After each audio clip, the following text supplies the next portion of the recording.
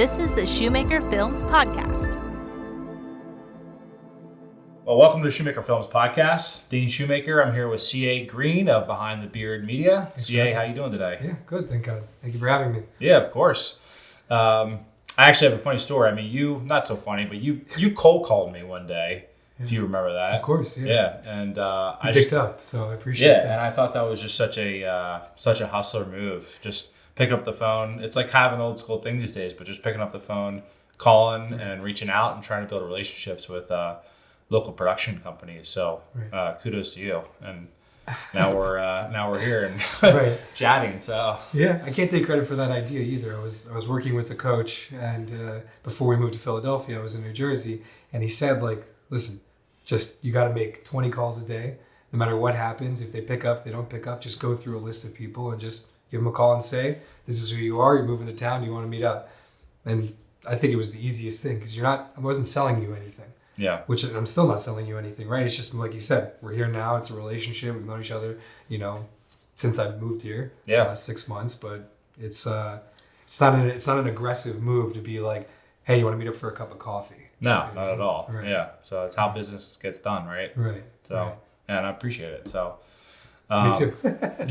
Yeah. So tell us about Behind the Beard Media. Sure. Yeah. So Behind the Beard Media is a small production company, just me, and then I hire freelancers on a need basis, and I really focus on story-driven marketing videos that, what I've noticed, really like resonate with people's audience and usually leads to some sort of action. Let's say it's either them like buying or selling or signing up for the service, and just affecting people in an emotional way. Usually make either more serious kind of drama stuff or funny kind of comedy things as well. So it's a little bit of both of those, but I've seen that, like, depending on the client, you got to just go with one that makes more sense. Could be a good time to talk about an example, actually. So last year, one of my favorite videos that I actually made was for a business and life coach, and he grew up as like a really troubled drug dealer, had 200 grand buried in his backyard, bodyguards, the whole thing. Yeah. Kind of went down that route, and then found God and became religious and a business coach as he got older. And I just thought, this story is inherently dramatic. I barely had to write anything. So we kind of took his story of this drug dealer on the streets, hired actors, a younger version of him, and then, juxtaposed that with, if he could build his own empire, he could help build your business, and kind of went that route of telling his story. And he 5x'd his investment with me. So, Nice. Paid for the video, and then he got a coaching client that, signed up for 6 months of his services. So I found that having a story that people can know you better is a really great way to overcome the trust issue that I feel like a lot of service businesses have, especially higher ticket items. Yep. Kind of like ourselves, right? Like with video production. So yeah, absolutely. Yeah. Watched another video on your website too. Was it Undercover Rabbis one? This oh my is gosh, another, that was cold. Yeah. So that was for an organization called the Jewish Learning Institute, JLI, and they've got a huge audience already. So you don't have to worry about how are we going to reach their target audience, or who are they? They run with a lot of Jewish nonprofits called Chabad houses, and they have these courses that everyone basically just buys. They're kind of the only resource to have a really in-depth teaching experience for the people that go to these Jewish outreach places, the Chabad houses. And so they came to me because they wanted something different. Usually they just have very information-heavy promos for their courses. Yeah. And so they knew that I had done things a little bit differently. And so they said, we got this course. It's about, 25 questions about God, and, what can you do with it? So the way I work as a writer, and we can talk about producing in a little bit, the way I work as a writer is I actually really struggle with charging, hourly, daily. How's it work? Because for me, I'm kind of always thinking about the project. Idea could come when I'm driving. It could come when I'm in the shower. I mean, those are the best ideas when your brain is really not thinking about the project. Mm-hmm. So it hit me okay, what if we put, these rabbis undercover, and they're finding out what these questions are that the course is made up as. So it was really a Mission Impossible style situation. The original script that I wrote, actually, I had a rabbi hanging from a helicopter, listening in through the window of buildings. And they came back to me and they were like, how are we going to shoot this?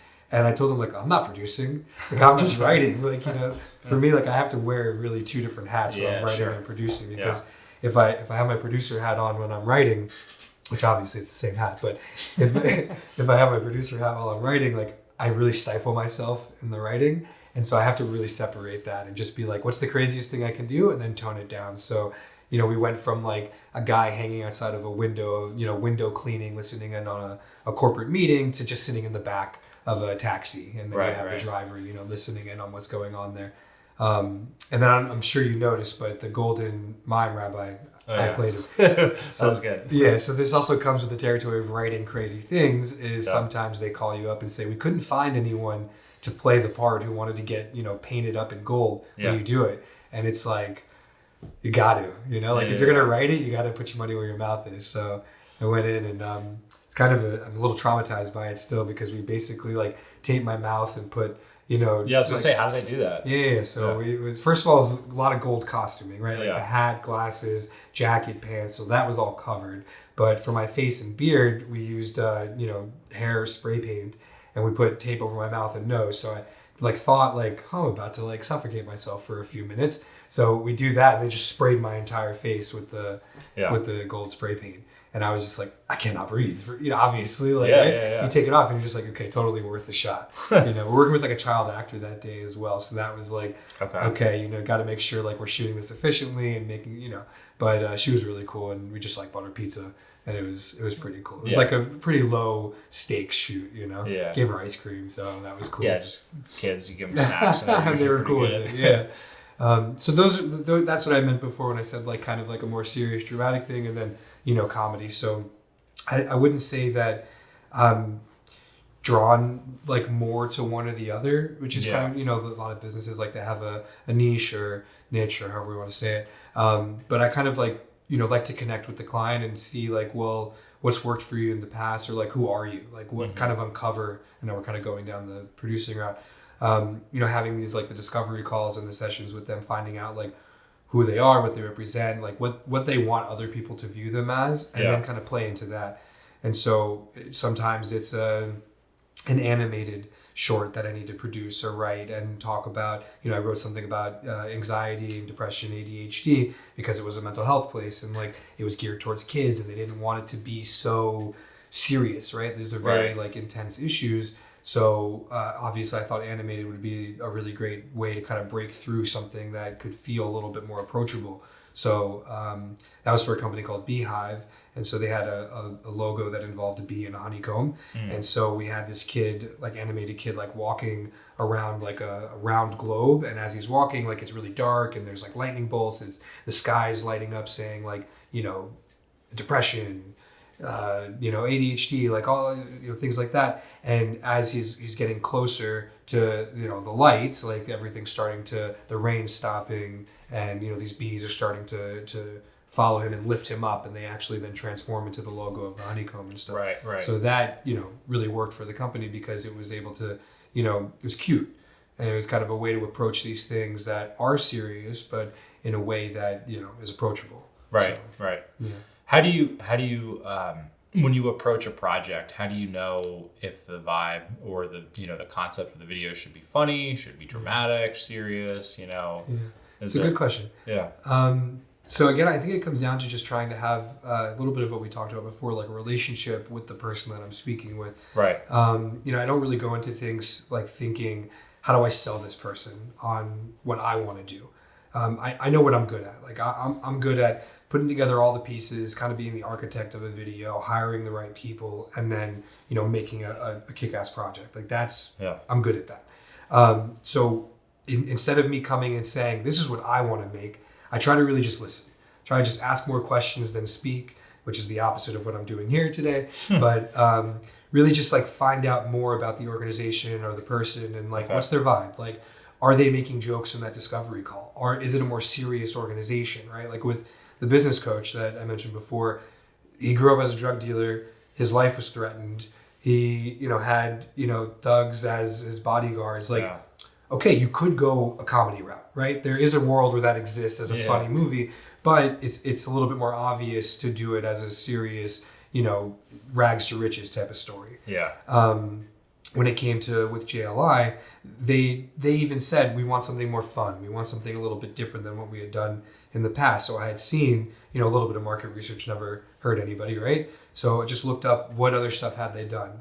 And it was always like just very straight up, like not, I don't want to say not interesting, but it was just very direct. Like, this is our new course. This is what we're doing. This is what we're going to be talking about.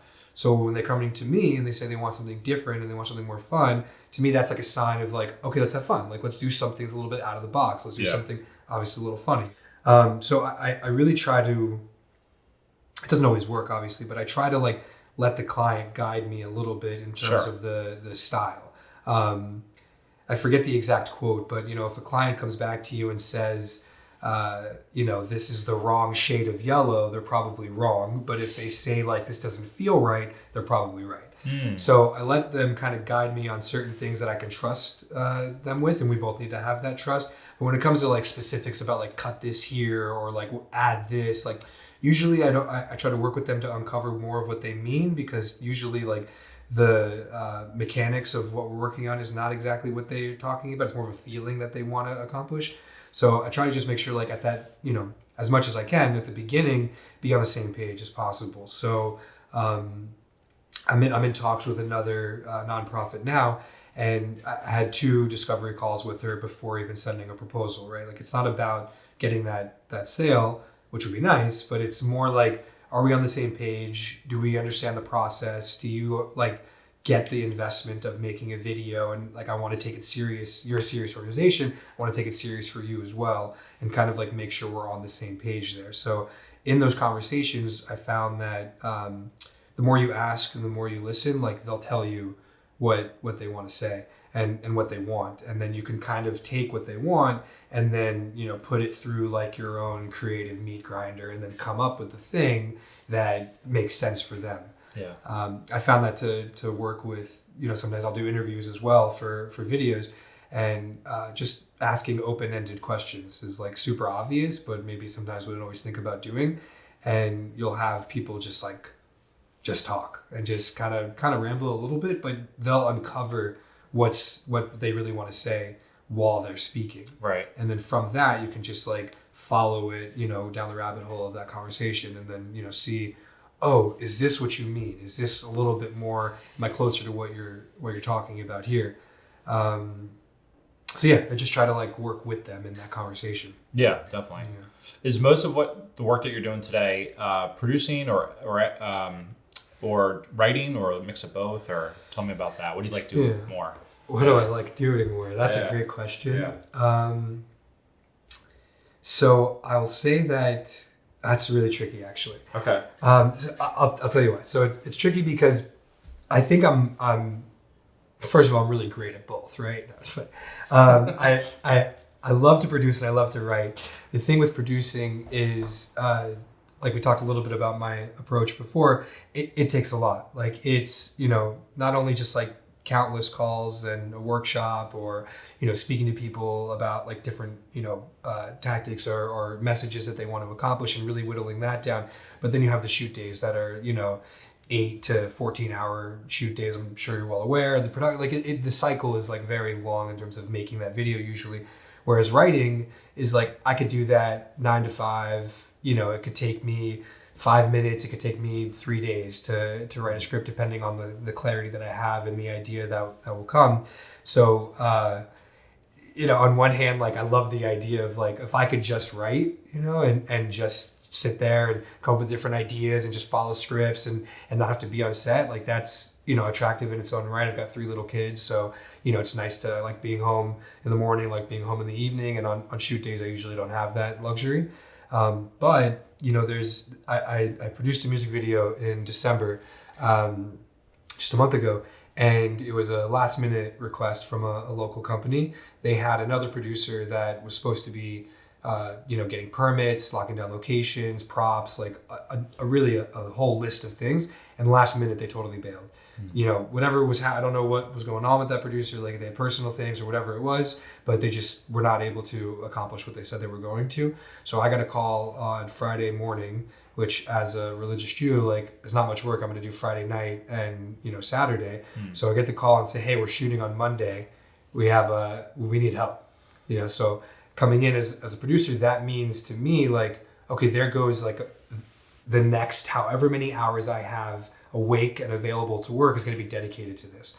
So the difference, between like writing where it's like a little bit more, I wouldn't say like maybe less pressure or a little bit more relaxed versus like the producing, which is like all on.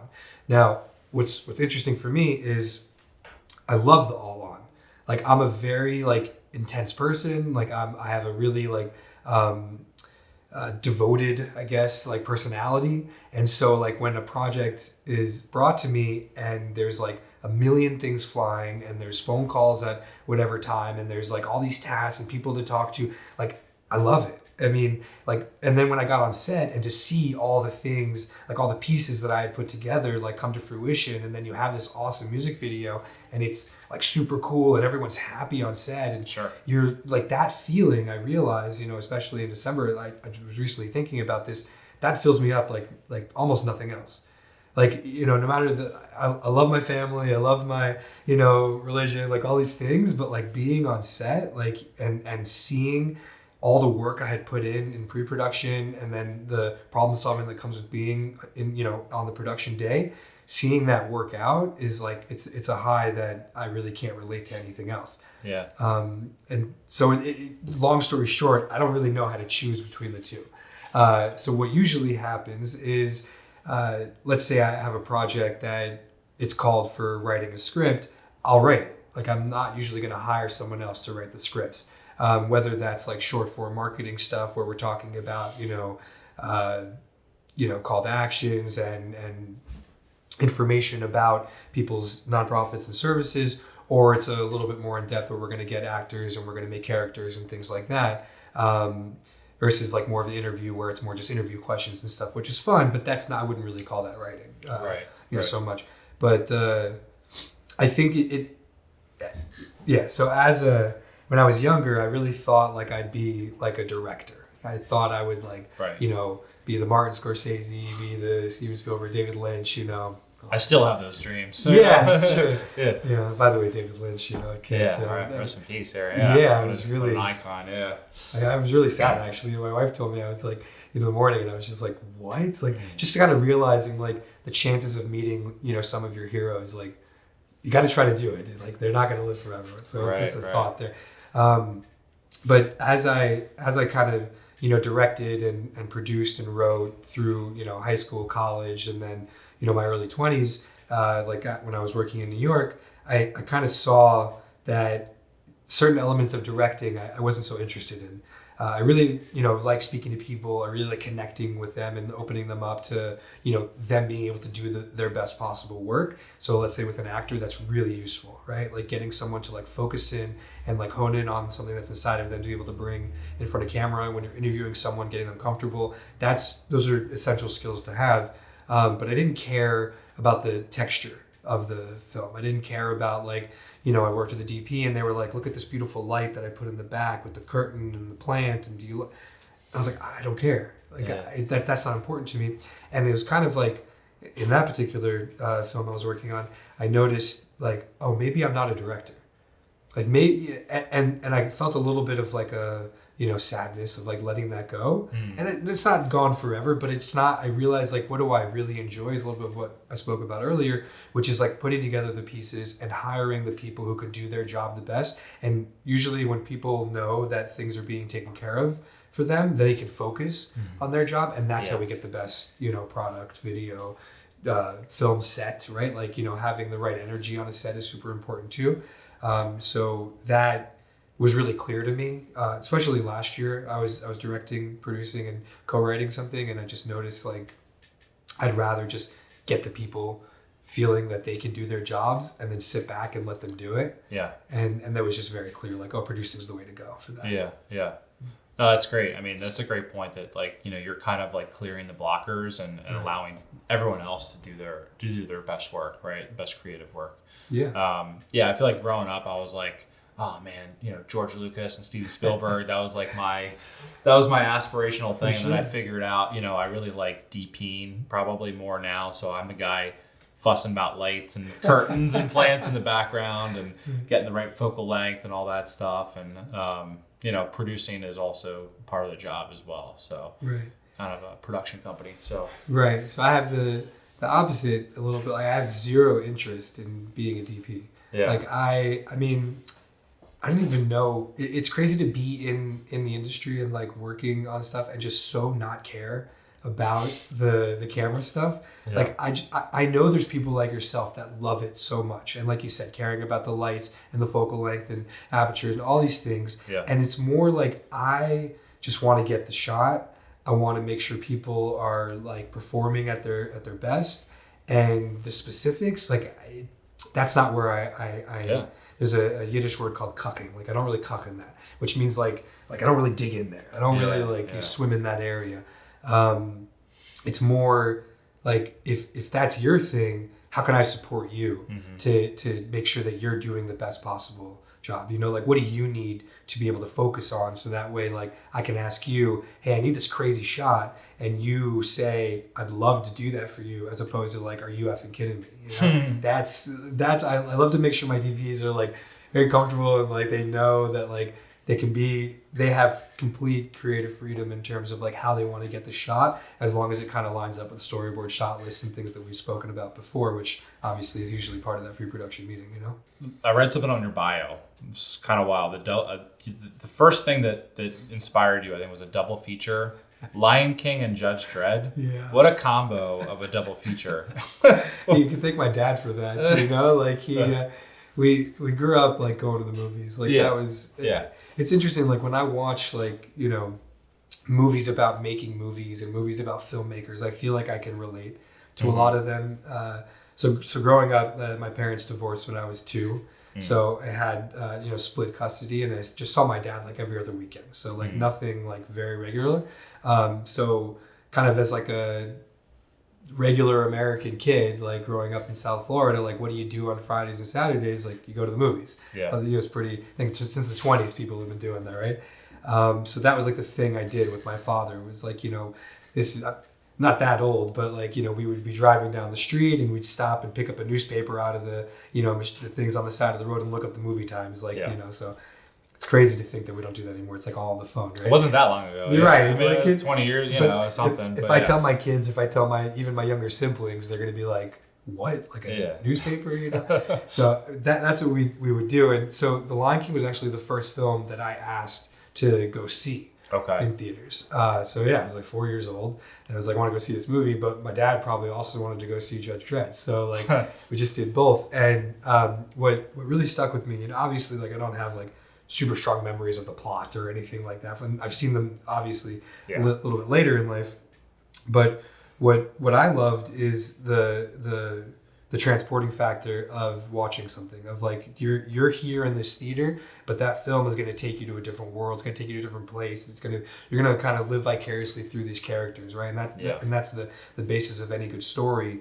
is that you're kind of whisked away from the reality that you're in, and then you go into this kind of alternate reality, this alternate universe, and like live these other characters' lives.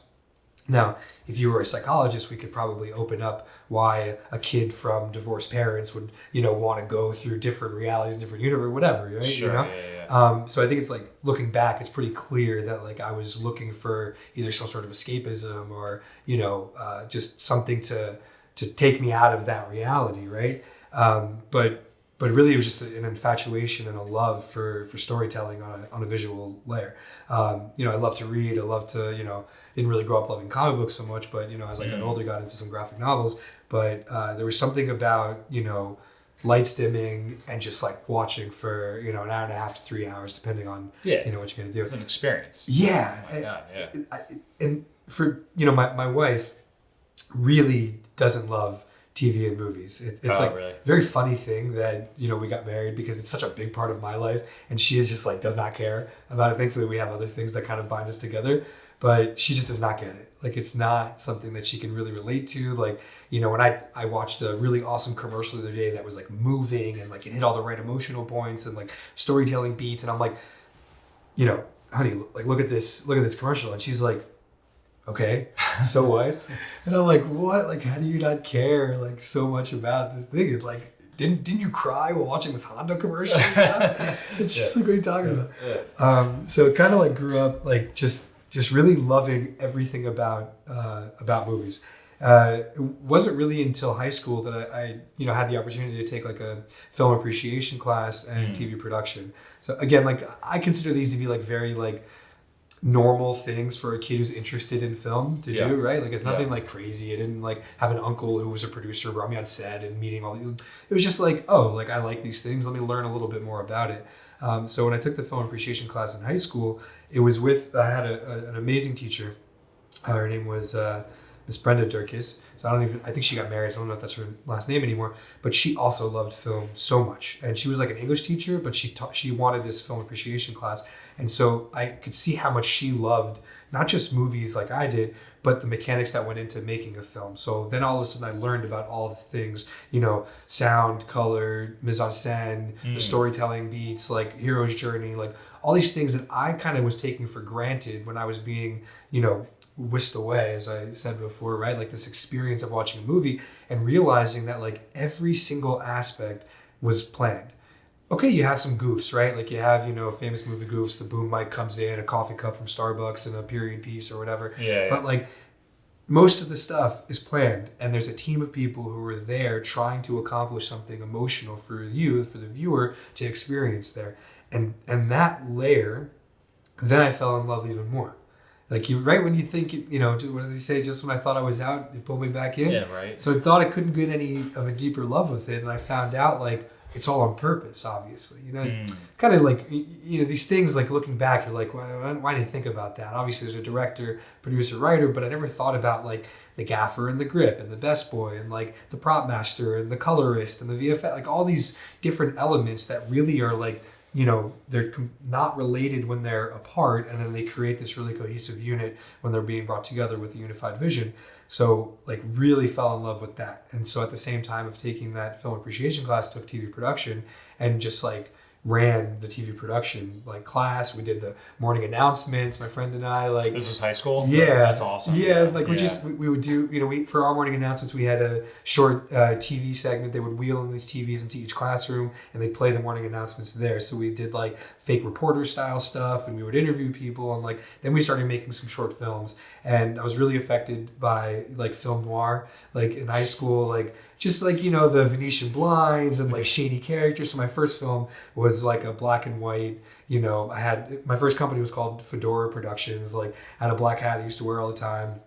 And it was the story of this guy who like stole a restroom pass, from in high school. I don't know if you had those in high school. Sure. Yeah. So, it's like going on this journey of like finding and these interviewing all the shady characters as a femme fatale. Like it was crazy, like it was just like, that's funny though. I even had like, we had like a voodoo character, like who was like, the mysterious guy who could give us the information. It was like a really fun project. Nothing really went with that, but it was like my first like foray into the thing. I didn't grow up with like, I didn't get a camera when I was 8 and start making stuff. It really was in high school when I started playing around with equipment and storytelling.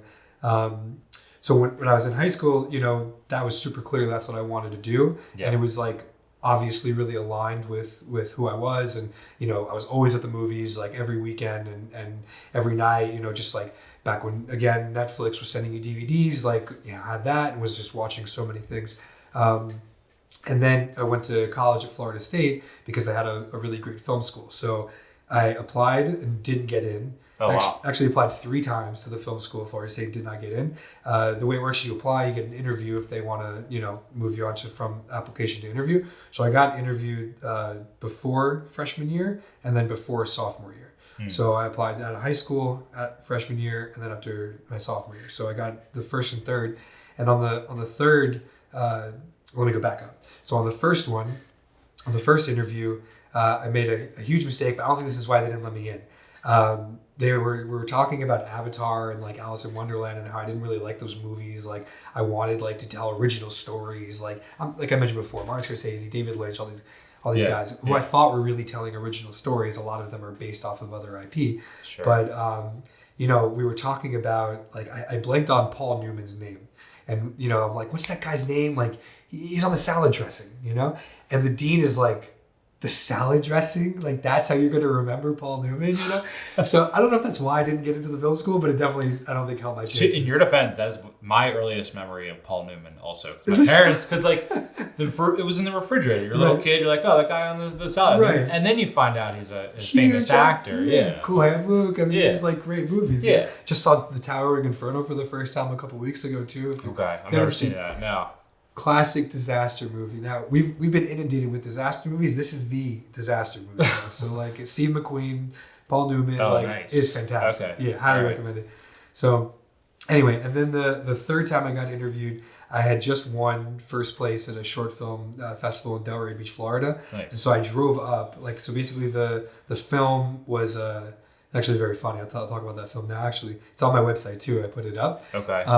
Highly recommend it, but it's not very professional. But it's so it was a short film category where we took a pre-existing script. It was like 17 pages. We needed it to be under 10 minutes, so we had to cut a couple pages, and then we needed to shoot the whole thing in Delray Beach. So we held auditions. Me and a high school buddy, a college friend, like we were in college at the time. I think I was 19. Yeah. And nobody came to the auditions. Like one of our other high school friends, and we're just like, this is not great. What are we gonna do? So we're sitting around this table similar to this, and I jokingly say, let's just use sock puppets. And my friends are like, that's what they do. They start laughing, So we laugh for a minute, and then the room gets silent, and we're just like, wait a second, that's a great idea. So we end up doing, I'm the main character, and then my best friend's a sock puppet, his girlfriend's a sock puppet. So it's like really ridiculous thing to do, and it's like a little bit like sexual, it's a little bit funny, like raunchy, and to have it with the sock puppets like really like changed the whole film. And then it came in first place. So amazing. So we won that. It was played like in a movie theater in Delray Beach, which was really cool. And then I drove up that night to get to the interview in the morning. So like it's like a 6-hour drive from Delray to Tallahassee in North Florida. I slept in my car like outside the interview, woke up with like a 5-hour energy drink, and went to the interview. And I told them I had just come from this film festival. And so I think, again, this is me like making myself feel better, that like I was already doing it. I was already doing the film thing. I had a small company, I mentioned the Fedora Productions, and now at that time in college, I had my third company called Viral Crew Productions, or Viral Crew Media. Nice. And we were doing event after movies and commercials and stuff. And so I think they just thought, like, what do you need film school for? So that's what I tell myself, Yeah. But it's probably a blessing in disguise a little bit. Yeah, for sure. For sure. Did you go to school college at all? Or, So I stayed at Florida State. I got a creative writing degree. Okay. Because like we talked earlier with the producing and writing. So I've always been writing. Yeah.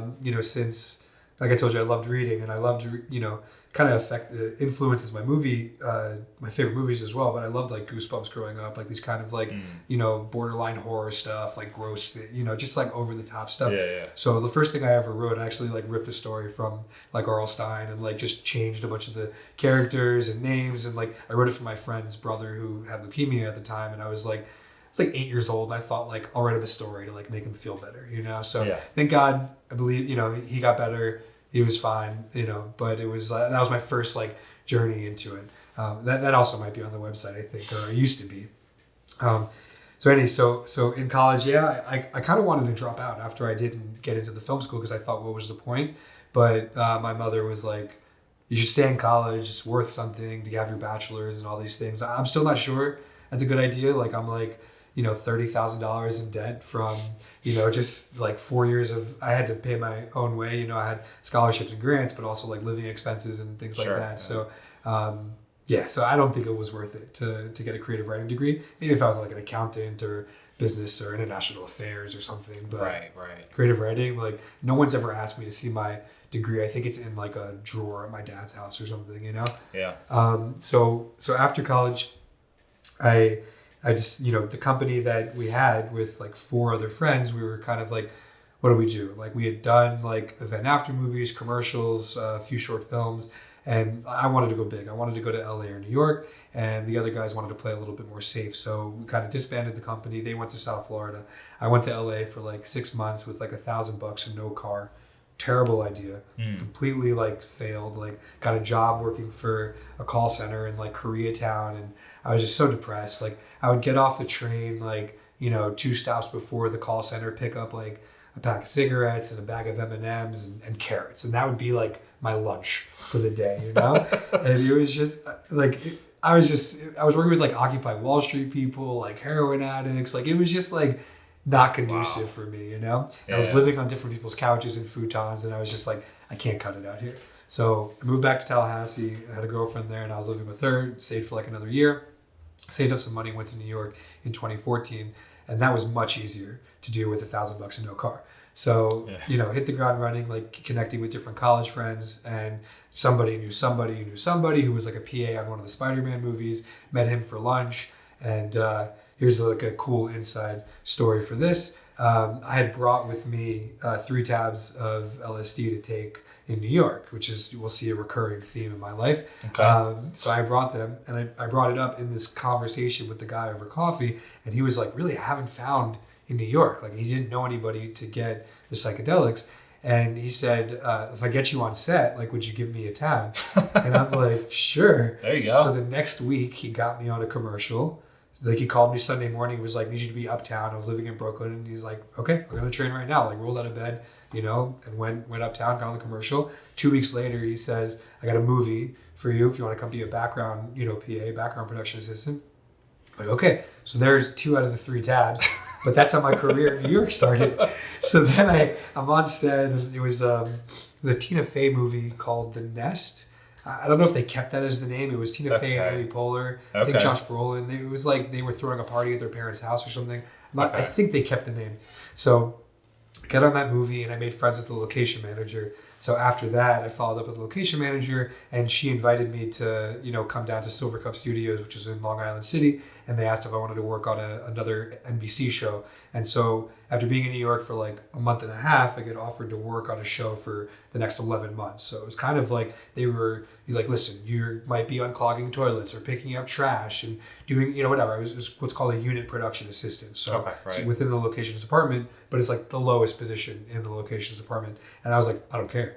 I'm going to be working on like an NBC show. Like I'm going to be in the same studio that they shot The Sopranos, and they shot, Edie Falco just come in from, I forget what, the Nurse show she was in back in the day. Yeah. But to me, it was a no-brainer. Like whatever it's going to take to get me on set, I'll do. Yeah. And I was, I think I was 24 at the time. So it was just like, sure. Got nothing to lose. Yeah. Exactly. Oh, amazing. Yeah. So I did that show, and to be honest, it completely broke me. Like I was working 70, 80 hours a week for that year. And it was, my experience on set was it's very hierarchical. Like it's very like, there's the roles and positions, and there's just certain people you can't speak to. And you have to like, in location specifically, you're first on, last out. So you're there before everybody because you need to make sure the trucks are landing and they know where they're going and holding and catering and the locations are open. And then you need to make sure everything's cleaned up after. So I'm working like, 14 to 16 hours a day, and it consumed me. And it took away all the creative spirit I had because I wasn't directing, I wasn't producing, I wasn't writing. I was really like the lowest on the totem pole, but it felt, you have this, what's the word? Like when a balloon, you have an inflated sense of ego when you're like working on set like that, So it kind of battled like that feeling for that first year. After that show finished, like kind of felt like I broke a little bit, like, reached part of my dream of like working in the industry, but it was like almost not what I expected. So I went and took a 5-week like sabbatical or whatever, and just went backpacking through like Spain, Morocco, and Italy for a bit. Yeah, it was a great time. It was great because it was an experience I don't think I'll do again, but it was actually like really challenging. I mean, like I was by myself. I was just like couch surfing and Airbnbs and just meeting random people, which is like super cool experiences, but like it was also very lonely. Like I was just like by myself a lot of the time, which was really great for introspection, not great because I'm kind of a social creature, and like love like having somebody like a partner in crime, Sure, yeah. which would have been cool, but it was also like I did, just wanted to be by myself at those times. But I saw like, wow, this is really, difficult. So I wanted to stay a little bit longer in Morocco. I ended up staying just like a week and a half, but I had somebody reach out to me while I was there and say, hey, there's a movie if you want to come work on it, like an independent feature. It was called, what was it called? Indignation. It was like based off of, really blanking on names today. What's the guy's name? He's like a Philip Roth, very like famous writer, right? Yeah. So it's based off of his book, and so I think Logan Lerman and Tracy Letts was in it. So it's cool. I don't know what happened with the movie, but something to come back to. So I came back, worked on that movie, and saw like, okay, I guess this is the grind. Like this is just if you want to work in the industry. And I saw that like eventually the path to producing these types of things was stemming from location. So I could go from, when I came back, I went from a unit PA to a locations assistant. So not picking up as much trash, but, and having a little bit more autonomy and like being a little bit more in control of locations. And I saw that if I stuck with that, I could go from a location assistant to assistant location manager, and then make the jump to a UPM, to a unit production manager. Mm-hmm. And that to get to producing is extremely easy. So locations has the second biggest budget on the whole show or movie usually, besides the main budget, because the locations are so damn expensive, and you got to pay for permits and explosions, all these things that you might be doing. So I saw that as like the path that I was on. So that then put us, let's say the almost end of 2015, I worked on Daredevil season 2 as a locations assistant. And that show also then just broke me. Like I just like saw like I was working nights. Like Daredevil only comes out at night. So, my call time Monday was 10 a.m. By the time Friday came around, it was 4 p.m. So like it just felt like I was working all the time. And it was just like felt like a grind. Like it didn't feel like something I loved anymore. And I was really sad about that. I loved movies, but I didn't love working on them. So it's actually really hard for me emotionally to kind of coincide those, because I thought like this is what I wanted to do for so long, and now I'm there and it's not what I expected, or it's not, what I thought. And it still bothers me now to think about that, to have that experience, because I really loved working. I really love movies so much that it was a shock that it wasn't everything what I thought. So that was the end of 2015, and a friend of mine calls, and I was like finishing up on Daredevil, and I was just like drawing in Bushwick in Brooklyn, like I'm doing nothing. And he's like, do you want to go on birthright to Israel? And, I was born Jewish, not religious, like had no intention of like doing anything more religious. Like based off of the story, I was pretty just a typical stoner film kid, Yeah. And I thought to myself like, well, maybe it's a free trip. It's like a $250 deposit. I just went, like I mentioned, to Spain, Morocco, and Italy, wanted to travel again. Why not go to the Middle East? Like I didn't know anything about Israel. I didn't know anything about neighboring countries. Now, obviously, everything's in the news, and there's a lot more to know about it. But I knew nothing about what was going on there. So was that your first, or will this have been your first trip to Israel? Yeah. Okay. And that was still my only trip to Israel. I haven't gone back since. So what's typical of me when I travel is I bring a couple tabs of LSD.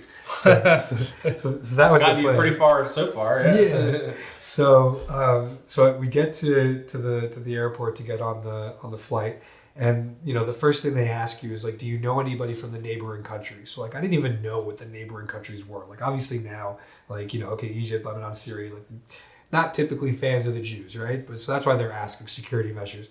So I didn't really know any political things or anything. And I had a roommate in Bushwick. I lived with like 5 other people, like very like bohemian style apartment. And she had actually escaped from the Gaza Strip. So, pretty like serious like place, refugees, all these things. And I told the airline, I have a roommate who escaped from the Gaza Strip. And they're like, what? Excuse me? So I thought they didn't hear me. So I'm like, I have a roommate who escaped from the Gaza Strip. And they're like, whoa, did she give you anything? Would you ever leave your bags alone? And I'm like, what are you guys talking about? Basically, they took everything I had, almost strip searched me, and I was the last person to get on that flight.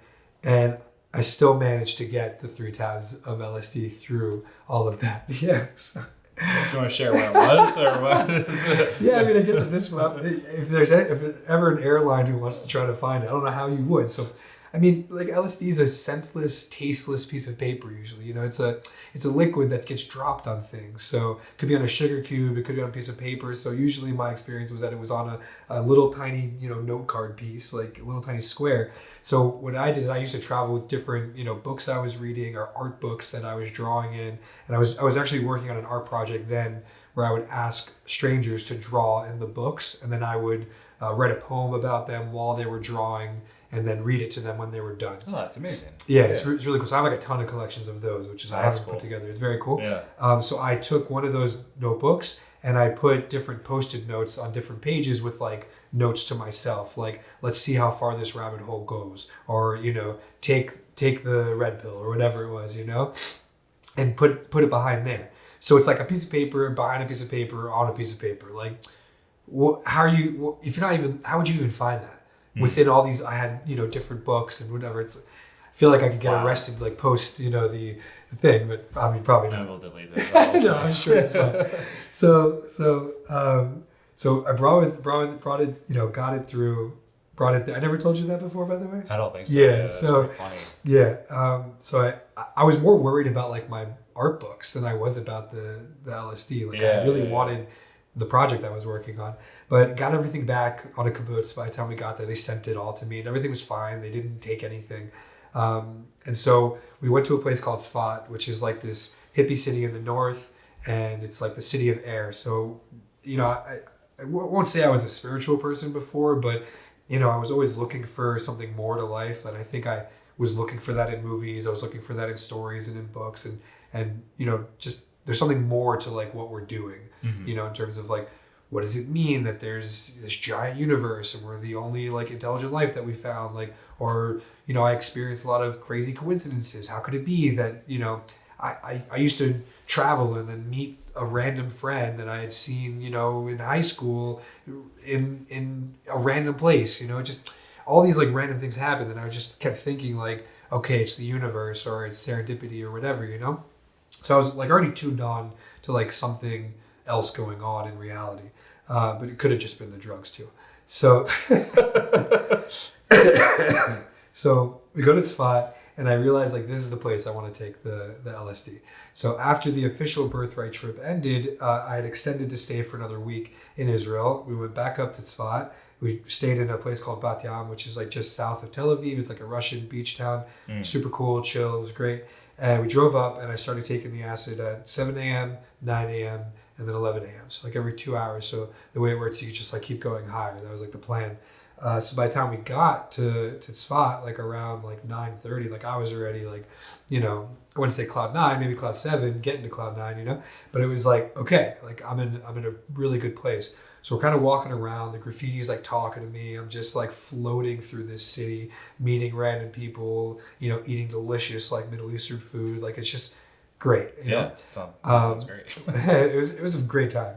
And we're walking around and, spent the day there. And as like we're going to leave, I noticed like the city start to shut down. People are leaving. I realize it's Friday afternoon, so it's going to be the Sabbath, or, what I would say was Shabbos. So Friday night to Saturday night, there's no work, So everyone's getting ready for Shabbos. So I didn't really know what that was, but I'm like, I guess we have to go. The city's shutting down. Yeah. So we're walking to the car and a guy comes up to me and he says, do you want to do your mitzvah for the day?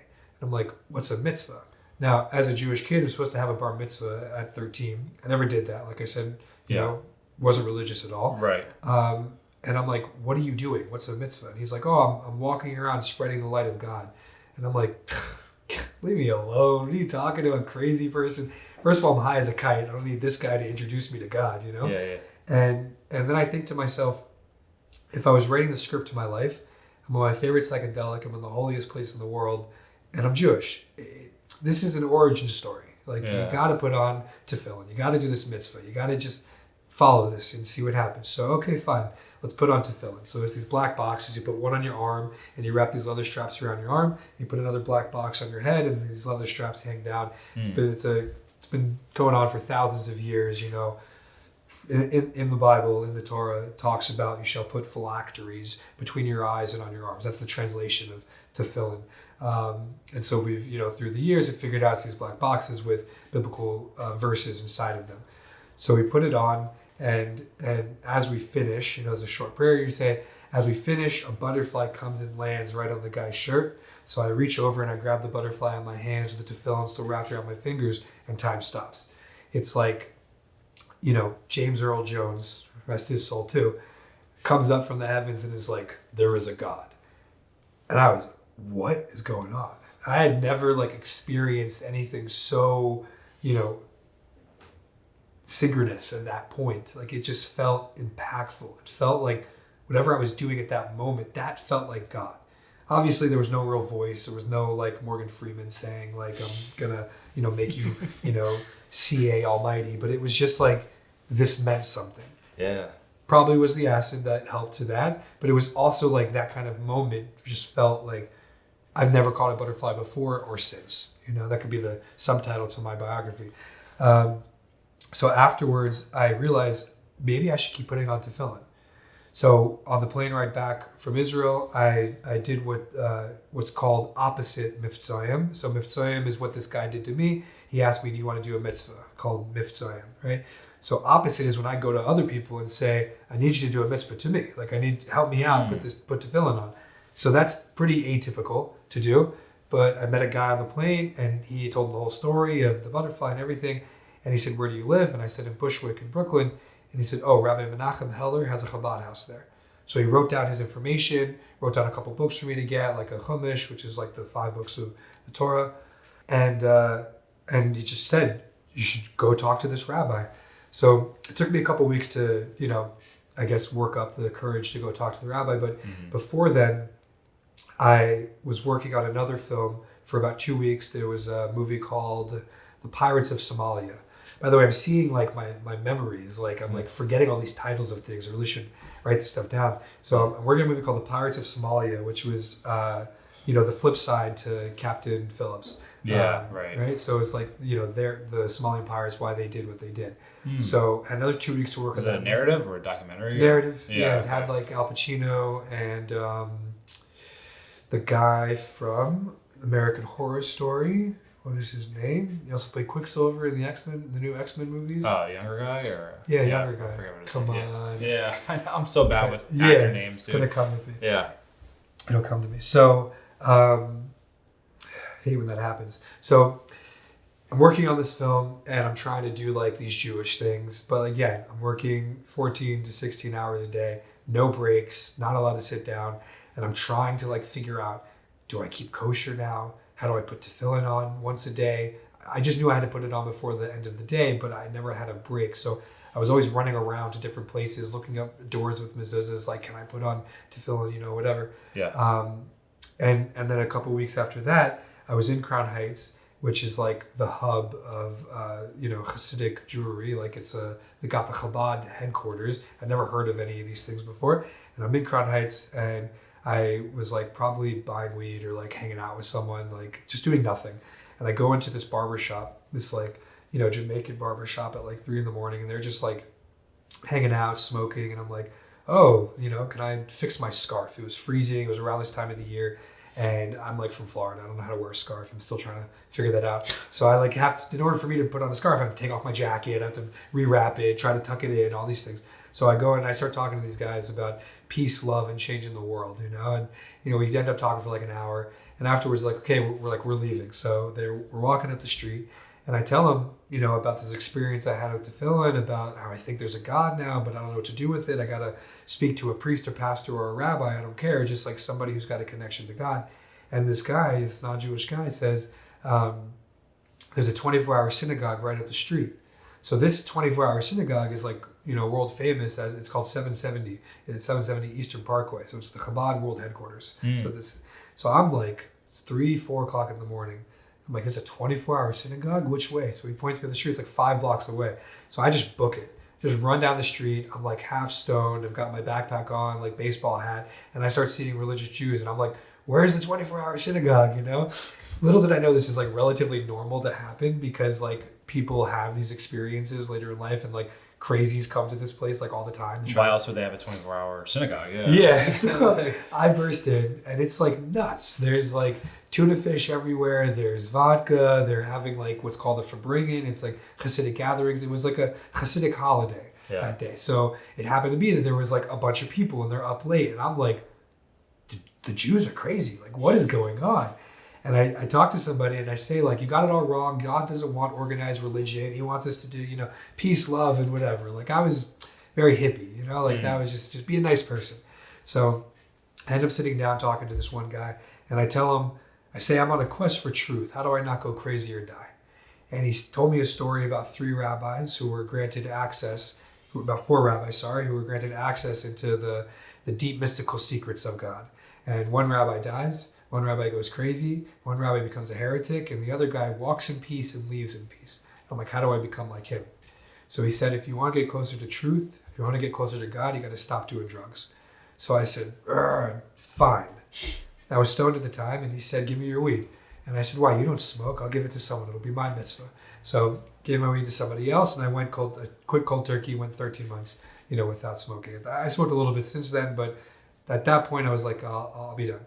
The second thing he says, you got to find your teacher and do everything he says. I'm like, what is this, Karate Kid? Like, what are you talking about, Mr. Miyagi? Like, what are you saying? So I don't know what he's talking about. So a week later, it's, I'm about to finish like working on this movie, and I had to be up early. It's my mother's birthday. I call her like 50 times to wish her a happy birthday. She doesn't answer. It was a very rocky relationship with her at the time. And she calls me back overnight, like 2 a.m. or whatever, her and her boyfriend. And they're just like cursing and screaming at me and like hanging up. And just like real, like not nice things. And it was really upsetting for me. So I'm like crying in bed. And as I'm sitting there, like as I'm laying there in bed, the Lubavitcher Rebbe, like who passed away in 1994, appears in my room. Like just like melts into existence. And I'm like, what?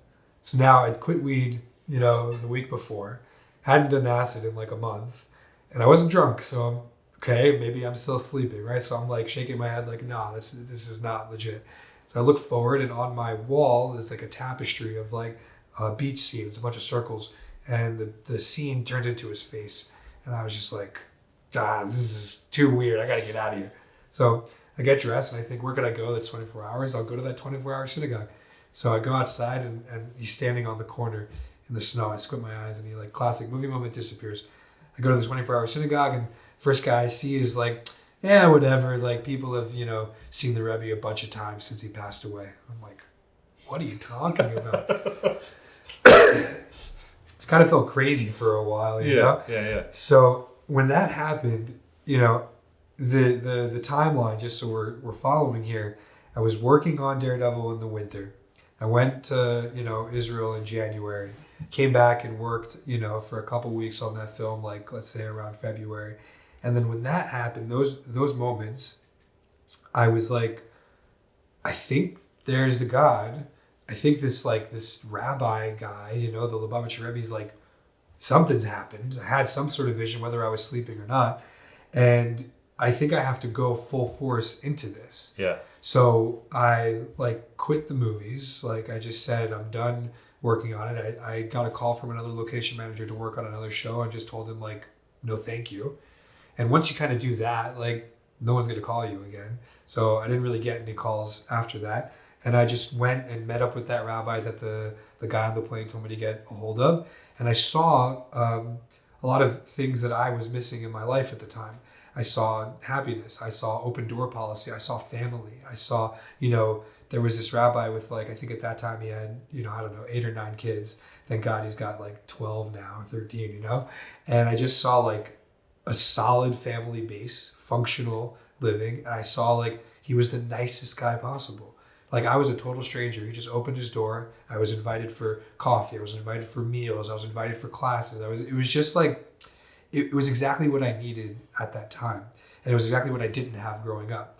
I didn't have a strong family unit, didn't have those strong family values. And I really didn't have any values. I think as a typical kind of American kid, at least for us, for me and my siblings, our parents were okay, be a good person, don't hurt anyone, but you're kind of making it up. There's nothing that's right. There's no traditions even, maybe some random family traditions, but there's nothing that's Judaism is thousands and thousands of years old, so you have okay, we can point back and back and back, so I'm seeing a real substantial, something to hold on to, feeling lost.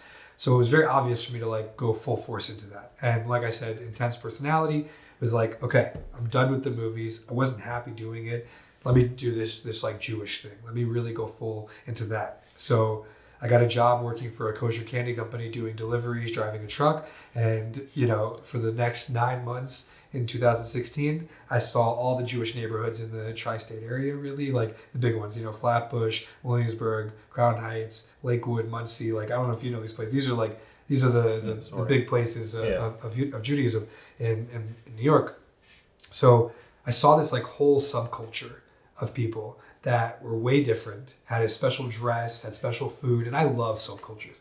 I mean, that was like why I love movies a lot. Like I love like being part of something that felt like fringe on society. I smoked cigarettes for a long time because subculture, like what kind do you smoke? And like you're going to step out and be separate from the group. Like I loved anything like that. So when I saw there was like this kind of seething, this like vibrant, sub community, I was like, this is great. So really went full force in that. And then after like 9 months of driving a truck and learning a lot about Judaism, trying to learn Hebrew, I felt like, now what? I'd quit smoking. I hadn't, taken any acid anymore. Like, I was just like, I'm driving a truck, like living in Brooklyn. What am I doing? So the rabbi that I got close with was like, oh, I thought you go to yeshiva by now. So that's a rabbinical college in New Jersey. A yeshiva is a men's learning, center. So a lot of boys, when they're in their early 20s, that's where they go. And so there's a place in New Jersey called the Rabbinical College that, people who become religious later in life or want to explore more about Judaism in a, environment like that, they can go there. So I wanted to go to Israel. There was another place in Jerusalem that I wanted to go to, but I had no money. This is like a typical story, of my early 20s. So had no money, and my rabbi was like, if you go to Jerusalem, I think you're just going to get into trouble, like hang out at the market, like you're not going to learn. Why don't you go to New Jersey? If you don't like it, come back, we'll figure something out. So I go to New Jersey, and like going from like kind of the gross streets of Brooklyn to like, I never thought I'd say this, like beautiful New Jersey, like growing up, I was like New Jersey, like, from all the movies that I watched, it was like the armpit of America, right. But it's actually gorgeous. It's very green. And, it's suburbs, It's a very beautiful place. So go to, Morristown, New Jersey, middle of nowhere. And I realized after 2 weeks of being in this yeshiva, there's no way I could go back to Brooklyn. So I ended up staying for 2 years. And in those 2 years, I really just like transformed who I was. We used to make jokes about it being like a cult, right? Like you kind of change your outfit, we start wearing black and white, like the religious Jews, you change your name. I started going by my Hebrew name, and we're eating a lot of carbs because it's just like the cheapest food. So like, just like a cult, Obviously a joke because none of us are trying to, kill ourselves at the end. So in those 2 years, what happened was, because I was diving so far into religion, into Judaism, into this like kind of new life, really like a sidestep to what I thought I was doing with my life, I stopped doing anything production related. And I, like I said, quit the movies, and I just kept thinking like, what am I supposed to do now? First of all, now I have different like values. There's different rules. Like, I'm supposed to be a little bit more modest. So like when I used to work on set, like see people, wearing whatever, or changing, and like, I was working very inappropriate, let's say, venues, or even, now there's Shabbos, like I mentioned before. So when I worked on Daredevil, how could I possibly? No way, you can't. You have to work Friday nights, Saturdays. I needed to be available all the time. And I saw now there's Jewish holidays or there's Shabbos, like things that. So I couldn't really wrap my head around how could I do production and be religious. And so for those 2 years in that yeshiva, I just said, I guess I'm not doing production anymore. Now I have a film reel tattoo around my bicep. I have 5 tattoos. So that's one of them. And so for me, that's like, I got it, so it's in my blood. Like film is like such a love that I didn't want to ever forget it. But now, first of all, becoming a religious Jew where like, you're not supposed to have tattoos, you're not allowed to get tattoos.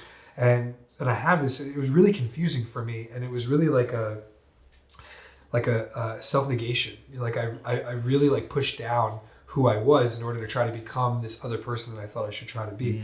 And, looking back, like I think I needed to do it in order to like, just, learn as much as I possibly could and like get the foundation of living like a religious lifestyle and really like going full force into that.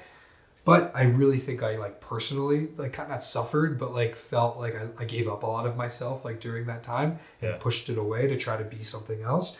So after those 2 years, I got married, and my wife now, she was applying for PhD programs, and so she got into Emory University in Atlanta. Okay. So I told her, like, wherever you get in is where we'll go. So we moved to Atlanta, and I actually ended up working at one of these Jewish outreach centers, what I mentioned before as a Chabad house. I ended up working at one of these Jewish outreach centers at a Chabad house as a rabbi. Mm-hmm. So I started going by Rabbi Green, which like I didn't have rabbinical certification, but I was the closest thing to the, you know, most people who come in don't know anything, or they know very little. And so I spent those 2 years in the yeshiva and really learned a lot about, you know, how to live like a Jew, how to, you know, just answer questions, hold meals. How to help people. Yeah, how to help people and connect them to their heritage. You know, not unlike, I don't want to put down anybody, but like we weren't missionaries. Like wasn't trying to make anybody religious, wasn't trying to like force anything down.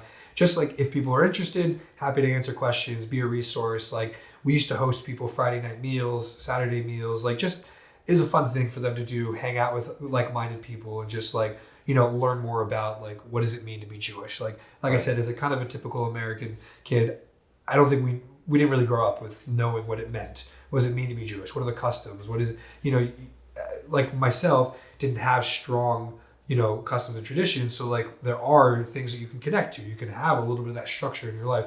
So did that for about 2 years and realized at the end of 2019, I was at a Farbrengen, like I mentioned, a Hasidic gathering. I was with a friend, and, you know, it's a slight, you know, not super older, but he's slightly older than us. And, you know, we were talking about me getting back into production. And I realized I was kind of unhappy, like working at this Chabad house, like being a rabbi, like, first of all, huge identity crisis, like not a rabbi. Mm-hmm. And, you know, now all of a sudden I'm like the most religious person I know, you know, like in this group, which is like, doesn't make any sense. And I kind of realized I got to get back into production. Yeah. So going into 2020, that was when I decided, like, let's do it. Let's get back into production. As we all know, perfect time to get back into it. Right. So everything shuts down. The Chabad house that I was working at shut down. And I told the rabbi that I was working for, like, you know, I don't want to do this anymore. I'm going to move on. And so we had to kind of decide, like, are we going to stay in Atlanta or, like, do we move? Atlanta was cool. I didn't really know too many people in the industry there, you know, as we know, like Atlanta was kind of becoming and is like a pretty hot spot. Yeah, big film area. But we wanted to live in a Jewish neighborhood, and the neighborhoods there like weren't so attractive to us. So I said to my wife, let's move back to Morristown. So she got like, you know, she cried for like a day because she kind of liked Atlanta, but her program went remote, and she's actually from New Jersey. So her parents are there. You know, her mother's in South Jersey, her father's just outside of Philadelphia. And so she realized it was a good idea. So we moved back to New Jersey, and I had a friend who I learned with in the rabbinical college who was a motion designer. So I reached out to him and was like, hey, I want to get back into production. Everything shut down. I want to make some cool stuff. So I found a client, like a rabbi actually here in Philly, who was trying to publicize a book that, you know, was written about the Rebbe and about, basically he spoke about, you know, how do we address incarceration issue? How do we address education issue? How do we address these different like issues that he would like wanted to say? How can we make society better? And like using the Torah as like a guiding you know, post. So this book had all these topics in it, and he wanted to talk about each of these topics, like instituting a moment of silence in public schools, not as a religious concept, but just as like an awareness concept. Like have the kids just be silent for a minute. Reflect. Right. Sure. I think anyone can see the value of that, you know? Yeah. So that's what this book had, all these different things in it. So we decided to take, 5 different topics in the book and make these short, really trippy animated shorts about them. Okay. So just like I mentioned before, where I like to hire good people and give them creative freedom, that's what I do with my motion design friend. So I said, I'm going to write the script. I'm going to talk to the client. I'm going to work with the voiceover guy. Whatever visuals you want to do, I want to be on the same page as you, but you can come up with whatever you want based off of what I write. So that's what we did. He had like a particular style he wanted to start, working on and doing. And it was really like,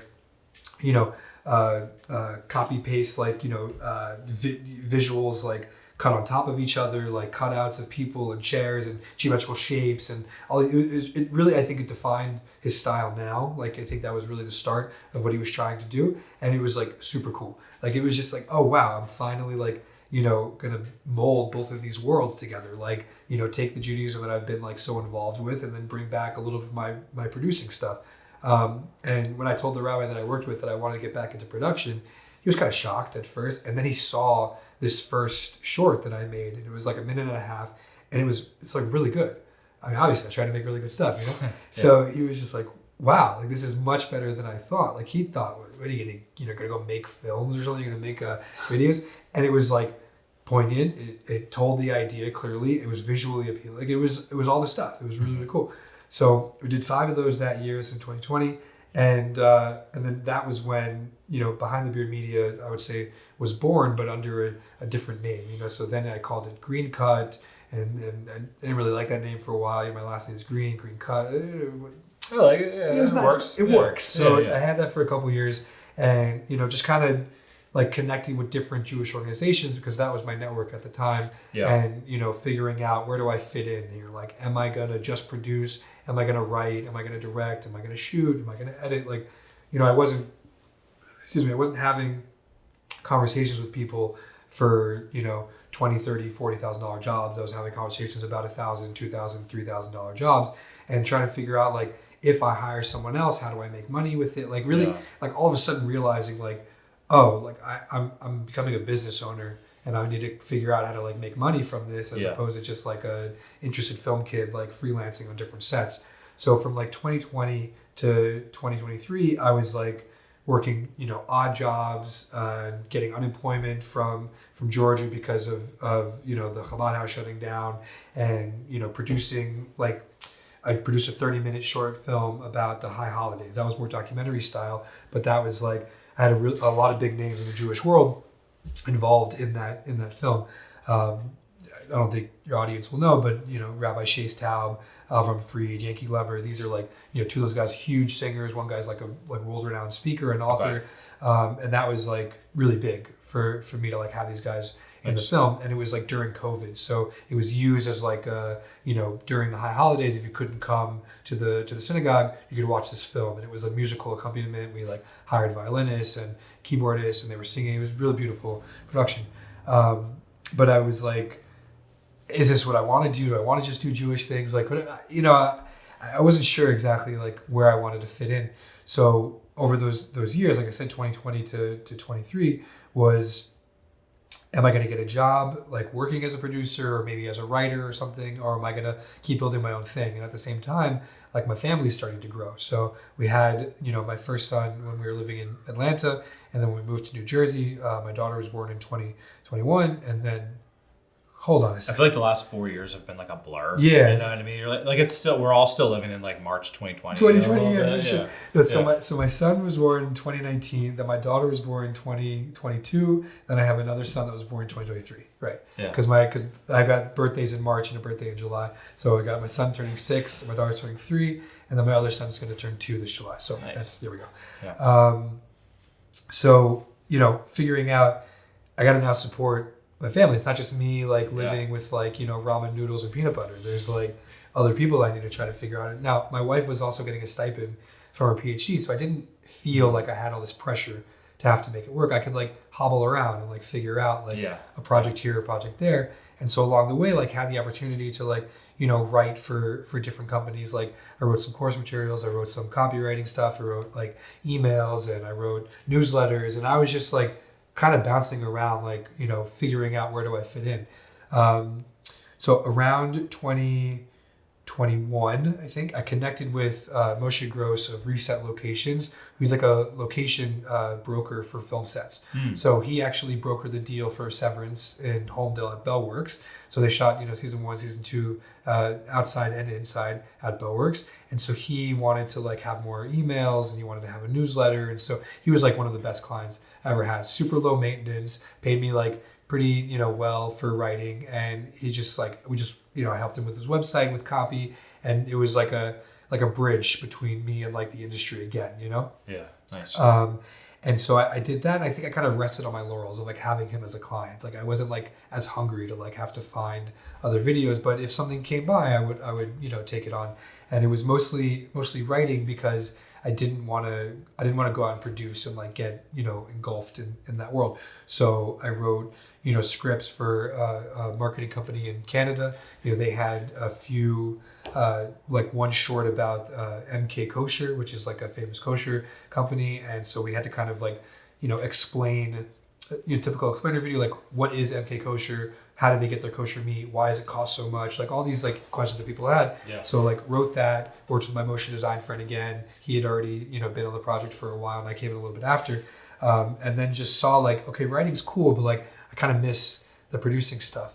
So along that way though, I saw a really cool job opportunity to work for a company called Rite of Passage.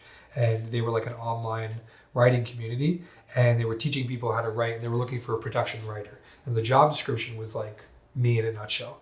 It was like having production experience, loving writing, wanting to write really cool things. I was like, okay, sign me up. So out of 400 applicants, I was, selected to work at this company. It was totally remote. And it was like, whoa, like did I really just get like a pretty sweet gig? It was like $80K, 401k, health insurance. Was like, this is great, The thing with that job is it was like a moving target. It's like every time I'd work on something, they'd be like, no, we want to work on this. And now we want to focus on that. And I told them at the beginning, like talking head, like isn't really like my strong suit. Like I'm a little bit more creative. And so like just doing straight dialogue for the whole time is like, it's not what I'm great at. Yeah. So we kind of shifted into doing more of those videos. And so I wasn't really like doing what they wanted. And the CEO was like, well, let's focus on this and focus on that. And I couldn't keep up with like the changes. I'd work on something. And like I said, it could take me 3 minutes or 3 days. And so like they wanted to see, let's say, work every day. So I would work on something, send it to them, get feedback. And it wasn't really conducive for like my way of working. Like if you have to send something that's like, as we say, in media res, right? Like it wasn't good for like getting feedback on a half-finished or a half-assed idea, Yeah. So after like a couple of months, I just like really felt like it wasn't working. Had a lot of anxiety about like working with them, and then at the same time, they actually let me go, and kind of last minute, like no warning, just like had a meeting and was like, hey, it's not working out. We're giving you whatever severance package, etc. What's interesting is like, maybe the specifics we'll take out. I'm not sure here in terms of certain things, but I'm happy to tell you. Sure. So my manager at the time, like he was on leave. So like so I never worked with like direct reports and the manager, all these things. So I had a manager and he was on leave. And so I was reporting to the COO. And so he didn't really know how production worked. So I like was kind of my own like thing for like 2 months. Yeah. And they fired me while my manager was gone. So my manager came back and then found out I had been fired. He wasn't even part of that decision, So it was like, crazy. Yeah. So whatever. So from working at Rite of Passage, I realized like I don't want to be in that situation again. Like I don't want to work for somebody and just get fired. Like for kind of something that was like out of my control, and like kind of double down. Like okay, like let's get this production company back. Like let's make sure we're trying to like do something really like sustainable and like make it make sense. So that was the end of 2022, and I got fired just a couple of weeks before my third kid was born. So not great timing. Stressful, yeah. Yeah, but also gave me the opportunity to be home more like while he was born. So kind of with the severance was able to take a couple months. We didn't have to rush into anything, so I was able to just like think about like what the next move was. And so the end of 22 was like let's like fully dive back into it. And around that time, I had like a great shower idea of changing the company name to Behind the Beard Media. So that's like where that name came from, and was like super obvious that was like a much better name. I got the beard. Like it's just like, and I kind of dissected like what does that name mean to me. And it was really like uncovering the stories of people that I'm going to talk to the businesses, to the service providers, and like not just say like the functions and the technical things that they're doing, but like what's the story behind your story, like what's behind Shoemaker Films, what's behind and that's like where the idea really like became and cemented and like made sense for me. So in over 23 was like trying to take it more serious. I worked with 2 different coaches, was doing a lot more cold outreach, like, reaching out to you. And I worked on, a handful of projects. That's when I did the business coach one, told his story. I'd worked on a 18-minute documentary for another Jewish organization called GEM, which stands for Jewish Educational Media. And they're like one of the biggest organizations in the Jewish world. And so working on them on that project was like a huge like milestone for me. And like just really great learning experience. Yeah. And that video, it's a substantial video, like it's an 18-minute. I'm not going to send that to somebody in an email, right? So that's just like more of a learning experience in terms of like, okay, can I tell this story that's a little bit longer? It's very educational, like it's very informational. There's a lot of information about it there, and it was like I watched it. It's almost like a master class. Yeah. You looked at it a little bit? I did a little bit. Yeah. Oh, cool. Yeah. First couple of minutes. Yeah. But it's very well done. And it feels like, master class. Like it feels like you're sucked in. Like, I kind of want to learn now. It's like edutainment a little bit almost. We went. I mean, I'm sure a lot of people try to copy masterclass. That was our inspiration. Yeah. Okay. When I was talking to Jem, I said I want to make it a masterclass. So we even shot an intro that didn't make it in the final cut, but like same idea where you have the person kind of walk in and you show the room. Like we did all that stuff. Yeah. I was like, we gotta have the table. It's gotta be the guy learn. It's like really sitting down and doing. And it's supposed to be episodic. What would be cool is maybe breaking up that 18-minute thing into like 3-minute chunks and kind of releasing that as episodes. But that I appreciate you making the connection there because that was what we were going for. Yeah, I think it was pretty obvious. Like, yeah, just inspired by it. Right. But, yeah. And again, like I hired a really talented DP from Florida. Her name's Atara Wolf, and like highly recommend her if you're ever in Florida and need somebody to connect to. She is fantastic. Just like really like lit it beautifully. And to kind of tie full circle here. That was the film that I was on where she asked me about like the lighting and the curtain and the plan, and I was like, couldn't care less. I just wanted to make sure like this guy on camera like felt comfortable and could speak. We had a teleprompter, but I wanted to make it sound not like he was reading, so I was really working with him on that. And it just like totally realized like, when I saw that she was, more impressed that I had like prepared a lot of snacks at craft services and like made sure I got like a good lunch and she was happy about that. I saw like, I like that she's happy that she could focus on work as opposed to like caring about the shade of the curtain, Yeah. And that was when I really like noticed like, producing is like where it's at for me. Yeah. And then since then it's really just been like, we moved to Philadelphia last summer. So, the summer of 2024 and was just like, okay, new place, new people, new market, and really just trying to like connect with different businesses here and kind of really what I would love to do is just branch out of the Jewish world and work with other businesses and work with other service providers because I don't think that I'm limited in terms of like the community that I'm a part of, and I think that the skills that I have like are obviously applicable to like everybody and to every business and stuff, which is when I'm talking to everybody I'm not really talking to anyone, so it's more like what I love is like mission driven, like whether it's nonprofits that like have a strong, they're trying to change the world, they're trying to save the whales, whatever it is, like, stuff like that. I really love because that to me is like super impactful and I always want to be like having that impact. Yeah. But at the same time, like a business that's, selling a product that I can get behind, that's also mission driven, like that's something that like, oh, you're not just like selling a hot new gadget that's based off of something else. It's like, oh, this, I was talking to a jewelry company the other day and like jewelry, like, that's not really mission driven, but the company was started, because the owner's mother passed away, and it was like in memoriam, what's the word? In memoriam. In memoriam of her mother, okay, and like they're gonna release like a special, necklace based, and like that means something. That's there's a like, story behind it, right? So that's the thread, right? Yeah. That is like if there's that story that I could see, and what I'm seeing is like most businesses are like that. Mm-hmm. If they're a little bit more serious, not if they're just trying to like make a buck. Most people who start something and go out on their own, there's a why. There's a big why. And you just got to kind of uncover that. You got to get behind that story. And then bring that to light the best way possible, Yep. So I love that. Yeah, I mean, we've got your whole story. I mean, this is really fascinating. I mean, thank you for going in depth on, some of these originating moments that you had, in Birthright and on acid and sharing some some really deep things. So I appreciate it. Yeah, for sure. Just like where you're at, where's your business at today? I mean, well, you kind of just went over a lot of that. We could talk a little bit more. Maybe I know you wanted to do like the maybe tactical trends or like what the plan is. Just I think one thing that I've noticed, just kind of on a surface level, like following you for a little bit, like I think you're really active on LinkedIn. I mean, what about how are you going about looking for business? How are you promoting the business today? Things like that. Yeah, so I am very active on LinkedIn. So like if people want to see what I'm up to there, that's like where I would say I mostly post. Yeah.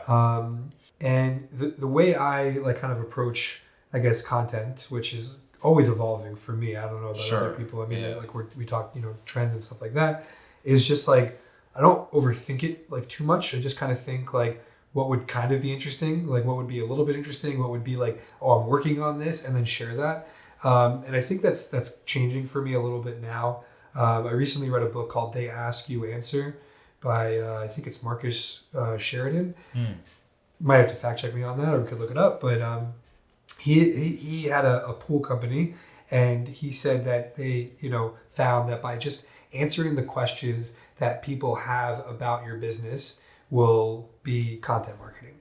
That when somebody comes to you and, just like if we look at ourselves as the buyer and we come to a company, we want to find out like, what's this company about? What do they do? Why are they different? Not necessarily better, but like, what is a producer? What is a video? Like what goes into making a video? Like we get asked these questions a lot. Like, why does it cost so much? Things like that. And so, I realized like that is a shift that I'm going to start making actually with content in terms of like answering these questions. And I noticed like a lot of places have it as like their FAQs and stuff like that, but I'm not talking about like 5 or 10 FAQs. Like I think like there are so many questions that you and I could go back and forth that we get asked like on the regular, like, and just answer all of those questions. And you'll have a different answer than I'll have. So it's not like, if I do it and you do it, like we're, going to put out the same thing. Like we'll have different answers. And by doing that, what we'll do is, what I found is that with my business, I need to have a relationship with somebody. I need to have like a lot of trust. And how do I accomplish that? It's by trying to show people like who I am before they even meet me. People need to know, who's CA? Like, what's his story? Like, where does he come from? Which is why I really went into depth in here, because I feel like the more people know who I am, the more they'll trust me in telling their story. The more they'll trust me with a bigger budget, because it's not about me like, oh, I just want to like get rich off of this one client, but I want to tell the best possible story. And how do we do that? Sometimes you could do things on your phone and you don't need a huge budget. Other times you need to have, a 10, 15 person crew, and you need sound, lighting, actors, location rentals, whatever it is, like whatever the story kind of entails, So I think that by kind of just preempting what do people want to know from me, because I've gotten asked these questions like, what's your story? What's your background? Who are you? I get asked all the time, what do you do?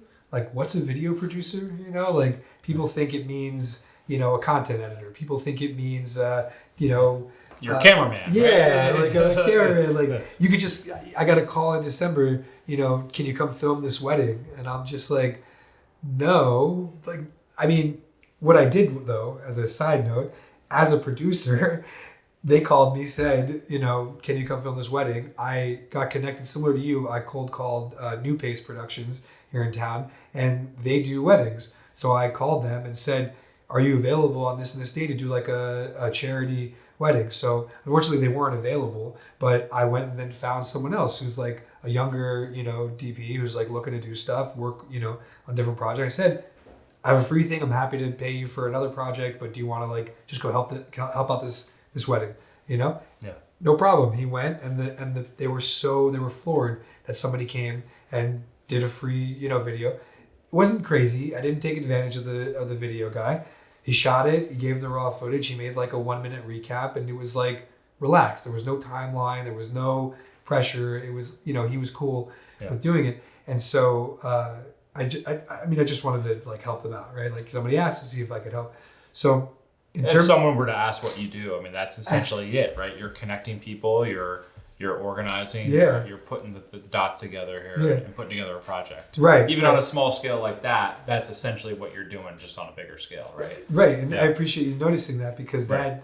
that even sometimes I struggle with like explaining it to people, because like I feel like people want, button pushers. They want, people, let's say, especially if you're going to spend, upwards of $10,000-$20,000, like you want to make sure that they're going to like do the thing. Like you want to make sure that you're going to walk away with something that like you're very happy with. So like if you have to decide between, CA who's not going to be working the camera, who's not going to be editing, who's not going to be, whatever it is, and somebody else who is going to be doing all that stuff, like the kind of one-man band stuff, which is great, because you're getting that thing by paying, let's say, even probably less than what I would charge, because I need to pay for myself and a crew member and the editor, whatever it is, even if could be that I hire the one-man band person to do everything, right?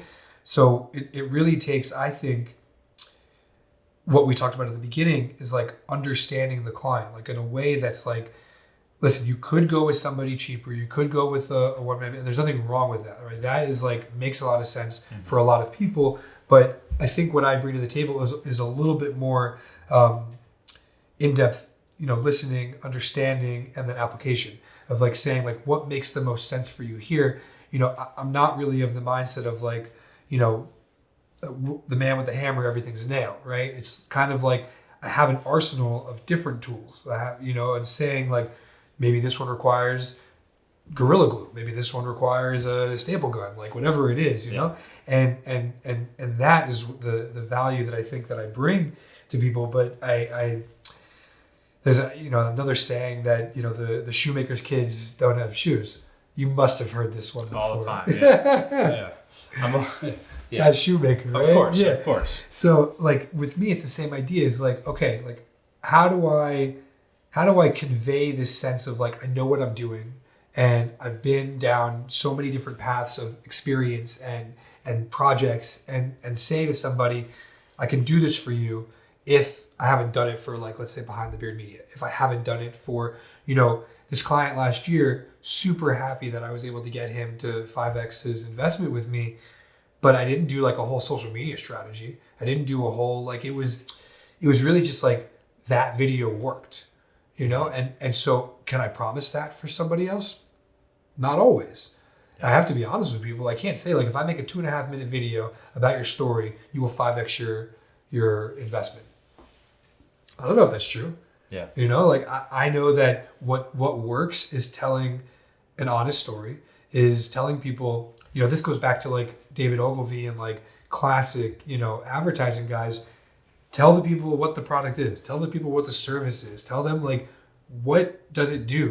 Like famously, M&M's, like the slogan, like melts in your mouth, not in your hands. That's just what it does.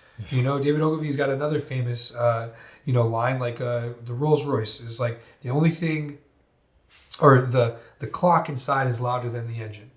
Why? How did he get that information? Because he read hundreds of pages of notes about Rolls Royce, and that's what like a mechanic said, So taking like that and applying it to whatever business it is, to whatever service that people are providing, and trying to say like, okay, what's the thing that you do?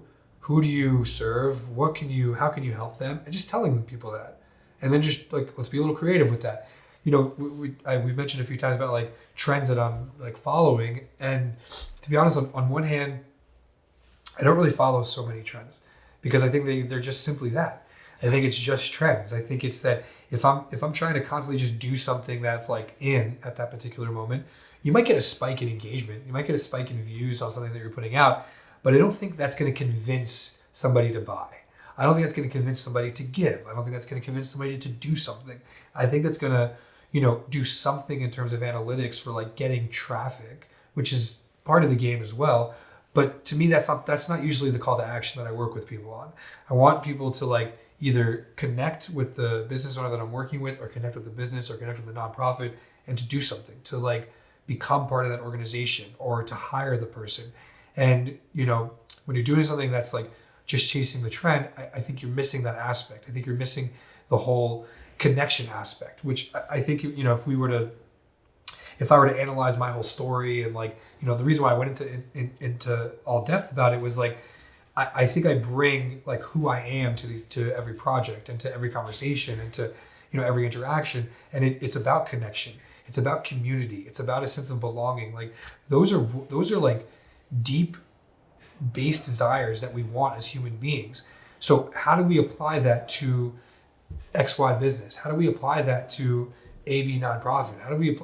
What are those things that are universal that we can say, this is what we're providing and it answers this and it helps you, feel like a better human. It helps you feel like a better, father. It helps you feel like whatever it is. And of course, not in a sleazy lying way. If it actually does that, can we just like build that up a little bit? Mm-hmm. I was talking to another nonprofit the other day and it was, it's for like a particular demographic and it's about, people who are supporting that demographic and like investors and masterminds and like all these resources and stuff. It's very obvious that like you could say you're alone on this journey. We're here to be your community. Yeah. And then, okay, that's the basic idea. So how do you make that more interesting? How do you make that, into 15-second spot, 30-second spot, 90-second spot, 3-minute spot? Like you kind of take like all of that and then you say like, this is our message. This is our connection. And then kind of weave that through everything, so I try to approach projects in a way that's like, we have like the hero video, let's say that's going to be 1 to 3 minutes, somewhere around there. Mm-hmm. And then on that day, can we also get 5, 10, 30 shorts as well? Can we also plan on like, if we're shooting in this room, let's shoot that way, let's shoot that way, let's shoot that way, and get visual variety. I don't think I'm reinventing the wheel there. I think it's just, being efficient and utilizing like the time, the equipment, the people, like everybody who's there, and just saying like, can we get more than one asset out of this? So I talk about that on LinkedIn. I talk about like, content systems, but all these things have become buzzwords, but it's just, can we get, multiple assets from one shoot day, 2 shoot days, whatever it is. And then can we put those out in the world? I saw another post the other day because I'm also on the same train of like not scheduling months of content. Like I try not to do like, I don't schedule anything personally. I think maybe I schedule an email here and there in case I wanted to go on a certain day or time, but I don't schedule content really. And I think that scheduling content is actually, I think, not a great idea because part of what we're doing on social media is being social. So if you're just posting a scheduled post, then you're going to post a scheduled comment. You're missing out on the whole like interaction that can happen there. Exactly. So when you post something, you need to see, does anyone respond? Does anyone say anything? Is there someone you can respond to? Is there a comment that you can make on somebody else's thing? And so it's a little bit more of an engaging experience. Now, another trend that is happening, I'm noticing that again is not like, it actually supports what I'm saying. Lately, what I've noticed with like the LinkedIn algorithm, I'm not like an algorithm, freak or pro or whatever, but like right. What I've seen lately is LinkedIn's actually showing me things that are not posted right now. I'm seeing things that are posted 20 hours ago, 3 days ago, 2 weeks ago. Yeah, right. I've Why? noticed that also. And why is that happening? Have you thought about it? So I think it's happening. You got an idea? What is it? I think it's happening because LinkedIn is valuing quality over quantity. That LinkedIn is going to start showing you things that are actually valuable, that people were engaging with, that people were actually commenting with, and they're showing you that. So that means that it doesn't matter about posting like a ton. It doesn't matter about posting like every single 3 times a day, Yeah. That's Russian roulette, or not Russian roulette. That's just roulette. Russian roulette. But there's evergreen activity, right? Which is super important to have, right? So that's where we come back to like the type of content that you need to be putting out there should be evergreen. If you have an idea, if there's a trend that's going on, something really lame like the ice bucket challenge or something, right? And your company or you want to do it, cool. But just don't. That's not going to be the thing that gets you noticed, that gets a client. That's like a cool thing that you want to do. Mm-hmm. But you need to like be, really filling up like what you're putting out there is something that people can go back and look at and say when they're doing research on you, because as an informed consumer, right? People want to feel like they are making the decision to buy, that they're not feeling sold to, that they're not feeling like they don't have autonomy to pick something else or say no, right? Like they, another big influence for me is like, Chris Voss with like the hostage negotiator. Mm-hmm. Familiar with him? Like Never Split the Difference. So, I follow him on his channels as well. And, he talks a lot about like making very clear that any client can say no at any point. Like this isn't like trying to convince somebody to do something. It's just like we're working to like make sense of what you want to do. And this is the best way we think we can do it. Do you not like this idea? Is this a terrible idea? Like, is this, like, how do you feel about that? I saw another big influence for me for content is Christo and the Future. Oh, 100%. Yeah. So I just saw something the other day, which I thought was really great. And I'd love to share it here. Is like, let's say you're on a call with a client and you're talking to them about like, it sounds like, this project is between this and this amount number, or it sounds like it's a $20,000 job. Let's just pick a number. Sounds like it's about a $20,000 job. Does this sound like something, you'd want to pay for? Now that goes against Chris Voss's thing about asking a yes question like that. But you want to just have the client be on the same page of like, is this something that they're accounting for? Is this something that they have the money for? Is this something they're budgeting for? And so in this role-playing game, he was doing the guy who gets asked that question, says, I have to go and speak, to another member. And Christo's like, great, why don't we pause the conversation? You go talk to that person and come back to me because I would hate to send you a proposal that you don't want. And that was like huge for me. Was like realizing like the more conversations I can have with people and the more like open we can be. And I don't want to like surprise someone with a proposal. I don't want to surprise somebody with a quote that's like, I don't know, thousands of dollars more than what they were expecting or whatever. Like, just be transparent. Like, okay, it sounds like it's between this number and this number. Does that sound like something that's in your budget? Or does that sound totally ridiculous if we want to go the Chris Voss way to get them, to say, no, it sounds good. Right. So all the things I'm talking about here, this kind of is like, this influences the content that I try to put out.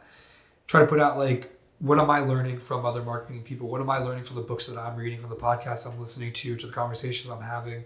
And then, sharing that with people.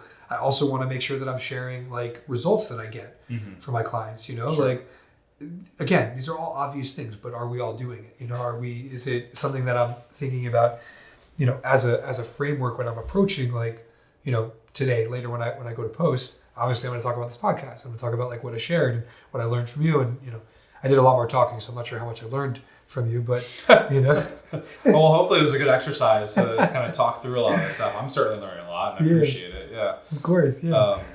But yeah, I think you have to create a framework that builds trust by sharing what you're doing, sharing results from your clients, share your expertise. I heard something the other day. It was like, share as much value as you possibly can, charge for the execution of what you do, right? Oh. And so don't be afraid to overshare or, gatekeep information, right? Or like, hey, thinking that you have the keys to the kingdom, right? Everything and they have to pay you and then you have to share it. Most people, there's so much information out there today that there's an endless amount of information, right? You can go into ChatGPT and figure out how to do anything.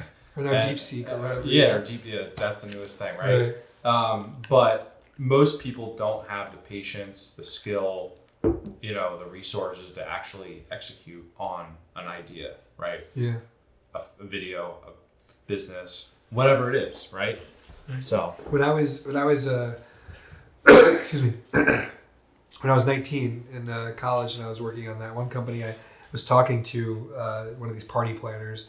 Like I said, there was a company that I said, in the Y of your logo, it would be cool if you like dropped an olive into it and you made that Y a martini glass. Okay. So I told them that like idea, like in the elevator of like this, building or whatever we were going in. And they were like, oh, interesting. Okay, whatever.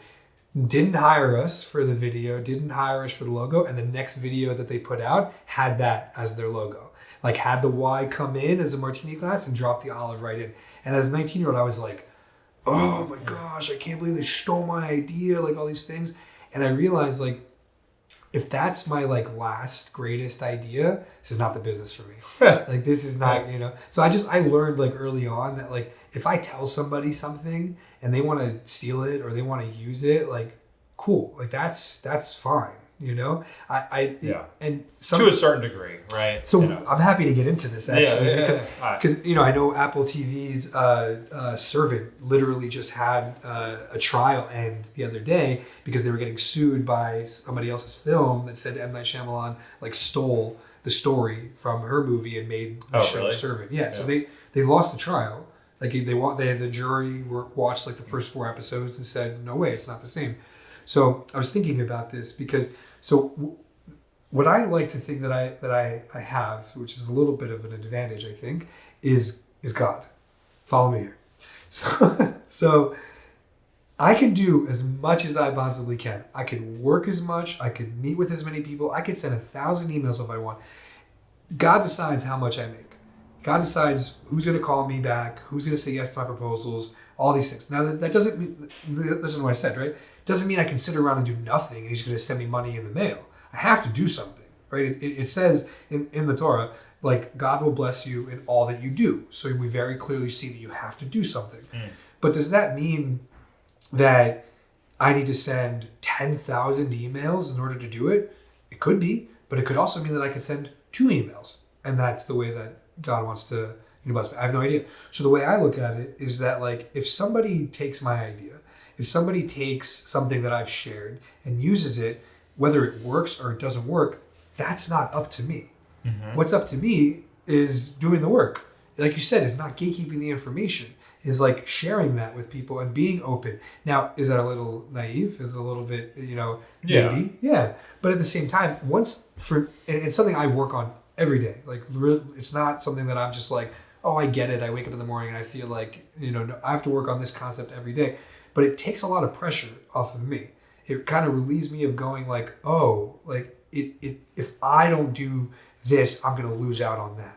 If business isn't going so well, then it must be that I'm like, I should quit and I should do something. No, it just means that like maybe I have everything I need right then. Maybe I'm going to get a blessing from a different direction, which has happened to us. I have, like I mentioned, the years of kind of figuring out what I was doing. We had, an inheritance come in from a family member that really helped us in a time. Now, God forbid, you should have people die so that way you can survive financially. But you never really know like where something's going to come from. This podcast, for example, this could be something great for both of us, or it could just be a fun time that you and I are having. Who knows? But it's not really up to us, like what happens, Yeah. And we just have to do in Hebrew which is the word hishtadlus, which is like our effort. We just have to put forth the effort. But what's going to be reaped from that, what we sow, is not up to us, right? You put the seed in the ground. What's going to come out of the ground? There's no control there. Yeah, no, I love that concept. I mean, and I truly believe that. I think you could call it karma in a way, right? I mean, that's how I've seen this podcast, right? Is by basically giving you a platform to sit here and tell your story for 2 hours. I'm learning a little bit, but somewhere someone's going to watch this, right? And or you might be like, hey, I need a DP or a production company on this job, and you're going to give me a call, right? I would love that. That's what's going to happen, right? Where I'm going to be like, I need a producer, I need a writer. Here we go, right. So it's just a win-win. So I think you just have to that's been my philosophy since day one, especially with this business, is just basically going overboard, if you will, and helping other people, and then it's the universe will repay you. 100%. Yeah. Cool. Well, yeah, I really appreciate the conversation today. I appreciate it more. I mean, you, like you said, you gave me the opportunity and the platform, and like I know I spoke a ton. It's good. I enjoyed it. Fascinating story. Thanks. And really admire your business and your business ethic and everything. So I appreciate it. Looking forward to hopefully in the future working on a project together. So Absolutely. Let's do it. Yeah. Well, thanks, CA. Appreciate it. For sure. Thanks for listening today. This was an original production by Shoemaker Films, LLC. If you enjoyed today's content, please consider subscribing on YouTube, Apple Podcasts, Spotify, and wherever you get your content. Follow us on Instagram at shoemaker.films. If you're a business either interested in our services or you'd like to be a guest on the podcast, please get in touch by using the contact form on our website, shoemakerfilms.com. Thanks again, and we'll see you next time.